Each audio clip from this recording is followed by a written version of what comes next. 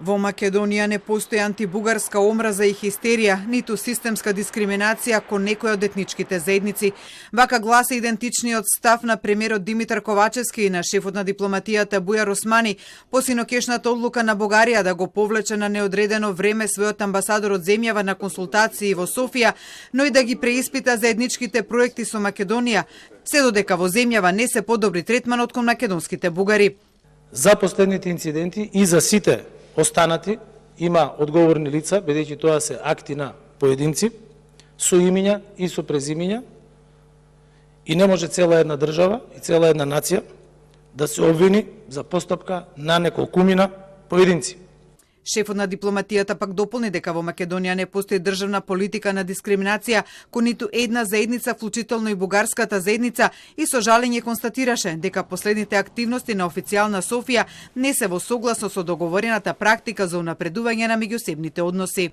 Представуваат потклекнување кон провокациите на оние кои што сакаат да ги нарушат напорите на двете влади за стабилен и позитивен развој на односите меѓу двете земји. Повлекувањето на бугарскиот амбасадор од земјава Османи смета дека е неоснован потек, непоткрепен со валидни аргументи и непропорционален, но засега не открива дали Македонија ќе одговори реципрочно или на некој друг начин овој дипломатски потек на Софија. Од МНР наведува дека во периодот што следи внимателно ќе ги следат сите изјави и постапки на официјална Софија во очекување на смирување на страстите и отстранување на провокациите со цел повторно враќање на дипломатските активности. Но додека македонските власти разуверуваат дека во земјава нема системска дискриминација на бугарите, техничкиот шеф на бугарската дипломатија со нови обвинувања на сметка на Македонија. Кога се случил нападот врз Пендиков, првично настана паника таму и на различни начини признаа дека се работи за кривично дело од омраза.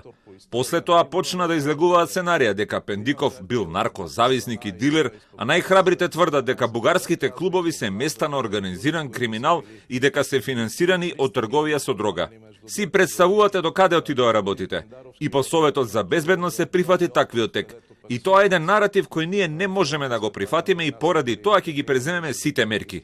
Милков дури и барањето од македонскиот шеф на државата за прогласување на еден бугарски европратеник и други лица од Бугарија за персона нон грата во Македонија го нарече обид за минимизирање на ескалирањето на системските напади врз бугарските клубови и заедница во Македонија, а токму за можноста бугарскиот европратеник Ангел Џамбаски и други лица од Бугарија да не ја поминат македонската граница пред и на 4 февруари, на денот на оддавањето на почит на македонскиот револуционер Гоце Делчев, свој став денеска даде и премиерот Ковачевски. Според него, 4 февруари е датум означен од македонските служби како ден од голем безбедносен ризик и оти полицијата ќе постапува по тие насоки за да обезбеди достоинствено чествување на Делчев.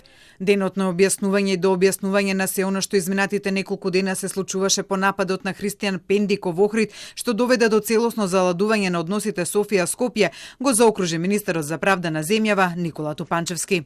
Не треба да се прејудицира никаков правен епилог, затоа што тоа може да биде штетно и за самата постапка, меѓутоа може да наштети на меѓусебните интереси меѓу Република Северна Македонија и Бугарија. Тупанчевски не апострофираше никого поединечно, но во неговата изјава може да се препознае шефот на дипломатијата, кој веќе изјави дека за него, иако истрагата не е завршена, Пендиков е претепан, оти се чувствувал како бугарин.